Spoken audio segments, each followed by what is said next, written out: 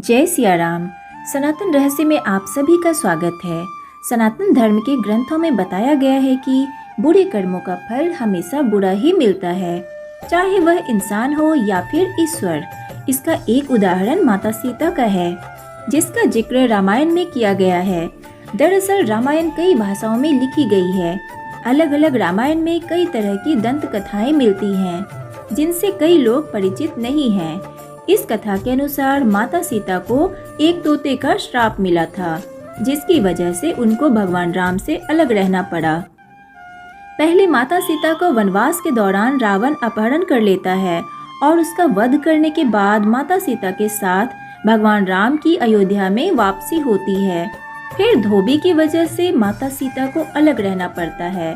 हम सबके मन में सवाल उठता है कि राम तो भगवान है, फिर वह अपनी पत्नी से अलग क्यों रहे। आइए जानते हैं इससे जुड़ी एक कहानी के बारे में।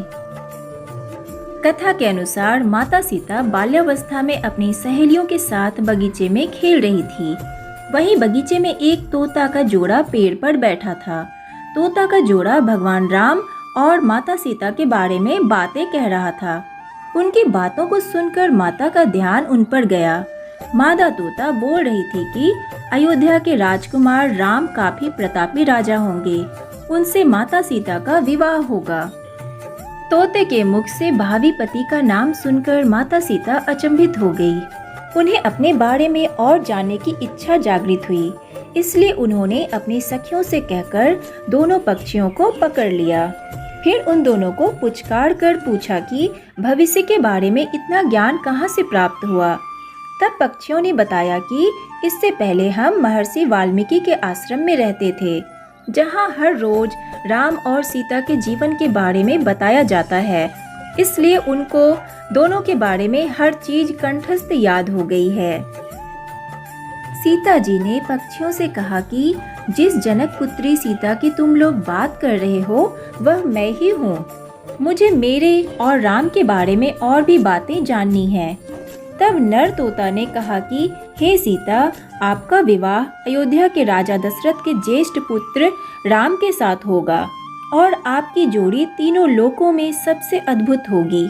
सीता जी सवाल पूछती रही और दोनों तोता जवाब देते रहे। सीता जी ने कहा कि जब तक मेरा विवाह नहीं हो जाता, तुम दोनों मेरे साथ राजमहल में रहोगे और तुम्हें वहाँ सारी सुख सुविधाएं मिलेंगी। सीता जी की बात सुनकर तोता का जोड़ा घबरा गया। तब नर तोता ने कहा, हे जनक पुत्री, हम गगन के पक्षी हैं, इसलिए पिंजरे में बंद रहकर हम जीवित नहीं रह पाएंगे, इसलिए हमको आजाद कर दीजिए। तोते ने इसके लिए बहुत याचना की। तब सीता जी ने नर तोते को छोड़ दिया, लेकिन मादा तोता को नहीं छोड़ा और कहा कि यह मेरे साथ रहेगी।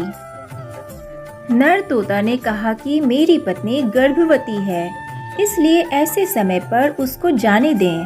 हम दोनों एक दूसरे का वियोग सहन नहीं कर सकते, इसलिए आप मेरी पत्नी को जाने दें। लेकिन सीता जी ने उसकी एक ना सुनी।